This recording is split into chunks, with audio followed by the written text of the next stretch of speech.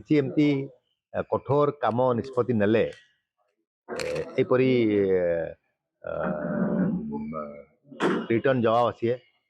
ମୁଁ ଚାହୁଁଥିଲି କିପରି ଭାବରେ କଂଗ୍ରେସ ଦଳ ବିପର୍ଯ୍ୟୟ ପରେ ବିପର୍ଯ୍ୟୟ ହେଉଛି ନ୍ୟାସନାଲ ଲେବୁଲରେ ମଧ୍ୟ ବିଭିନ୍ନ ଷ୍ଟେଟ୍ରେ ମଧ୍ୟ ଆମେ 99 MP ଜିତିଲା ପରେ ଆଶା ସଞ୍ଚାର ହେଇଥିଲା ଯେ କଂଗ୍ରେସ ଆଗକୁ ବଢ଼ିବ, କିନ୍ତୁ ପରବର୍ତ୍ତୀ ଅବସ୍ଥାରେ 5ଟା ଯାକ ନିର୍ବାଚନ ଆମେ ପରାଜୟ ବରଣ କଲା ପରେ ବିଭିନ୍ନ ଷ୍ଟେଟ୍ରେ ଏବଂ ଶୋଚନୀୟ ପରାଜୟ ମୁଁ ଅନୁଭବ କଲି ଏବଂ ଓଡ଼ିଶାରେ ବାଇ ଇଲେକ୍ସନରେ 87-83 ହଜାର ଭୋଟରେ ହାରିଲା ପରେ ଅନୁଭବ ହେଲା ଯେ କଂଗ୍ରେସ ଦଳ ଭିତରେ ଗୋଟେ ସର୍ଜରୀର ଆବଶ୍ୟକତା ଅଛି, ଗୋଟେ କରେକ୍ସନର ଆବଶ୍ୟକତା ଅଛି ଏବଂ ଗୋଟେ କଂଗ୍ରେସ କର୍ମୀ ହିସାବରେ ରେସ୍ପନ୍ସିବୁଲ କଂଗ୍ରେସ କର୍ମୀ ହିସାବରେ ମୁଁ ସୋନିଆ जीଙ୍କୁ ଏ ବିଷୟରେ ଲେଖିଲି। ଯାହା ସତ୍ୟ ଥିଲା,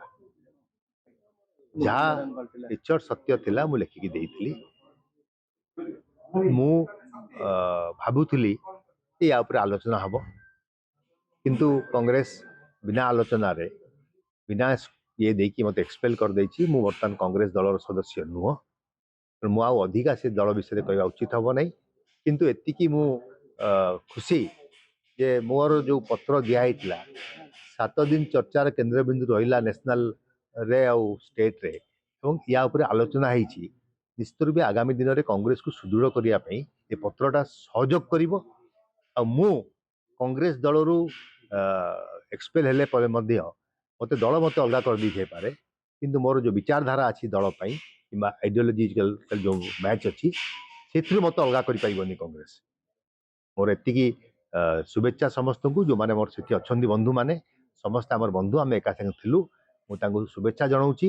जे मो पत्र माध्यम निश्चित रूपे कांग्रेस रिफॉर्म हम और आपण माने मजबूत ही कांग्रेस टाको आगु बढ़े। राज्य नेतृत्व जहाँ घटीला राज्य रे जहाँ घटुला केन्द्र रे जहाँ भूल निष्पत्ति होउतला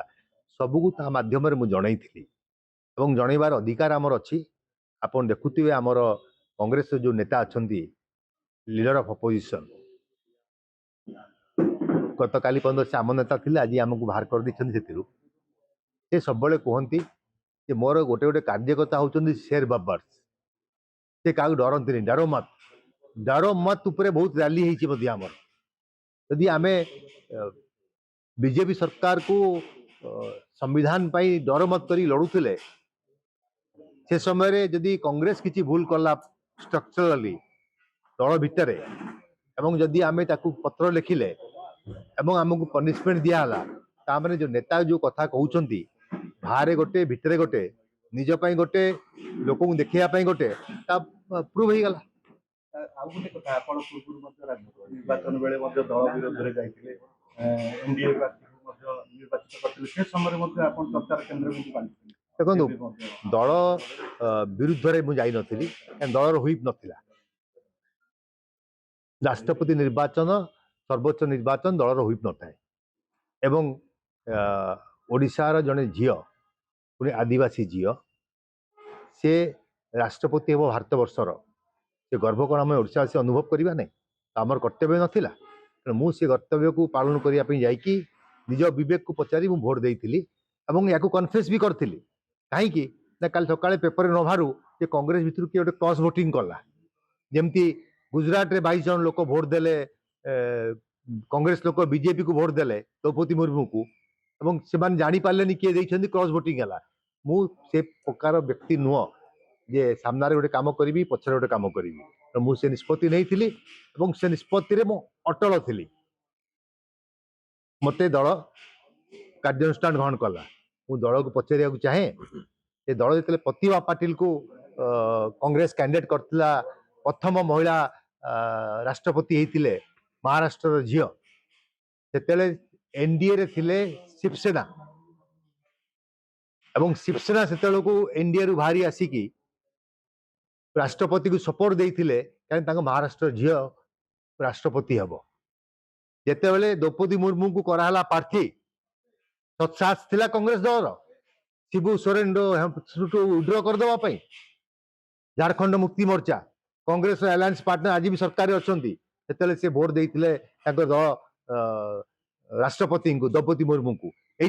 कि आदिवासी झील ତାଙ୍କର ଯୋଉ ଆଇଡିଓଲୋଜି ଅଛି ସେ ଯାଉଛି ବିଧାନସଭା ଯୋଉ ରାଷ୍ଟ୍ରପତି ହେବା ପାଇଁ କାହିଁ ଦଳ ତ ଉଇଡ୍ର କରିଦେଲାନି ତାଙ୍କଠୁ ସମର୍ଥନ ତେଣୁ ଦଳ ନିଜ ସୁବିଧା ପାଇଁ କାର୍ଯ୍ୟକ୍ରମ କରନ୍ତି ଯେମିତି ରାହୁଲ ଗାନ୍ଧୀ ଡର ମତ କାଲି ନିଜେ କହିଛନ୍ତି ମଞ୍ଚରେ ଭାଷଣ ଦେଇକି ଭୋଟ ଚୋରିରେ ସତ୍ୟ ମୁଁ ଭାଷଣ ଆଉ କିଛି ଦେବା ପାଇଁ ଆସିଥିଲି କିନ୍ତୁ ମୁଁ ଦେଖିଲି ମୋହନ ଭାଗବତ ଗୋଟେ ଷ୍ଟେଟମେଣ୍ଟ ଦେଇଛନ୍ତି ଶକ୍ତି ଉପରେ ମୁଁ ସତ୍ୟ ଉପରେ କହିବାକୁ ଚାହୁଁଛି ଆମେ ସତ୍ୟରେ ଧାରୁଛୁ ମୁଁ ବି ଯାହା କଂଗ୍ରେସ ଦଳ ଭିତରେ ସତ୍ୟ ଥିଲା ତା ଲେଖିକି ଦେଇଥିଲି ଏବେ ଆପଣ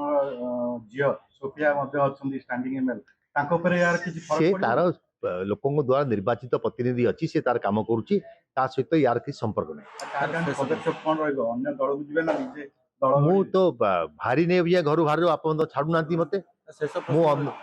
ଆଲୋଚନା କରିବି ମୋ ସମସ୍ତଙ୍କ ସହିତ ମତେ ଭଲ ପାଉଥିବା ଲୋକଙ୍କ ସହିତ ମୋର ପରାମର୍ଶଦାତାଙ୍କ ସହିତ ତାପରେ ଯାଇକି ମୋ ପଦକ୍ଷେପ ନେବି। ଶେଷ ପ୍ରଶ୍ନ ରହିବ ଯେତେବେଳେ ଶରଦ ପଟ୍ଟନାୟକ ପିସି ସଭାପତି ଥିଲେ ସୁର ରାଉତରାୟଙ୍କୁ ମଧ୍ୟ ନିଲମ୍ବିତ କରିଥିଲେ ଏବଂ ଭକ୍ତ ଦାସ ପିସି ସଭାପତି ହେଲା ପରେ ତାଙ୍କ ଘର ବାଡ ଆସିଲା ସେମିତି କିଛି ବର୍ତ୍ତମାନ ରାଜ୍ୟରେ ପରିବର୍ତ୍ତନ ଦେଖନ୍ତୁ ମୁଁ ତା ଉପରେ କହୁଛି ଏବେ ବହୁତ ଜଲ୍ଦି ହେଇଯିବ କିଛି କଥା କହିବା ମୁଁ ଖାଲି ଏତିକି ମାତ୍ର କହିଲି ଯେ ମୋ ବିଚାରଧାରା ଯୋଉ କଂଗ୍ରେସ ପାଇଁ ଥିଲା ସେ ବିଚାରଧାରାକୁ ସେମାନେ ବଦଳାଇ ପାରିବେ ନାହିଁ ମୁଁ ରାଜନୀତି କରିବି ଲୋକଙ୍କ ସେବା ନିଜକୁ ନିୟୋଜିତ କରିଥିବି ଏବଂ ବିଚାରଧାରା ମୋର ସେୟା ଥିବ କଂଗ୍ରେସ ନଥାଇପାରେ ପତ୍ର ଲେଖିଲେ କିନ୍ତୁ ଯୋଉ ଗଣମାଧ୍ୟମକୁ ଆସିଲେ ଏହା ଗୋଟେ ବୁମରାମ ହେଲା କି ପତ୍ର ମୁଁ ଲେଖିଥିଲି ସୋନିଆ ଗାନ୍ଧୀଙ୍କୁ ଏବଂ 36 ଜଣ CWC ମେମ୍ବରକୁ ଗଣମାଧ୍ୟମ ସବୁ ଚତୁର୍ଥ ସ୍ତମ୍ଭ ସବୁଠୁ ବେଶୀ ଚାଲାକ ତେଣୁ ସେମାନେ କୋଉଠି ନା କୋଉଠି ସବୁ ଶିରାରୁ କ୍ଷୀର ବାହାର କରନ୍ତି ତେଣୁ ସେ କେନ୍ଦ୍ରର କୋଉ ନେତୃତ୍ୱଠୁ ପତ୍ର ପାଇଥିବେ ମତେ ପଚାରିଛନ୍ତି ମୁଁ କନଫେସ୍ କରିଛି ମୁଁ ସତ କଥା କହିଛି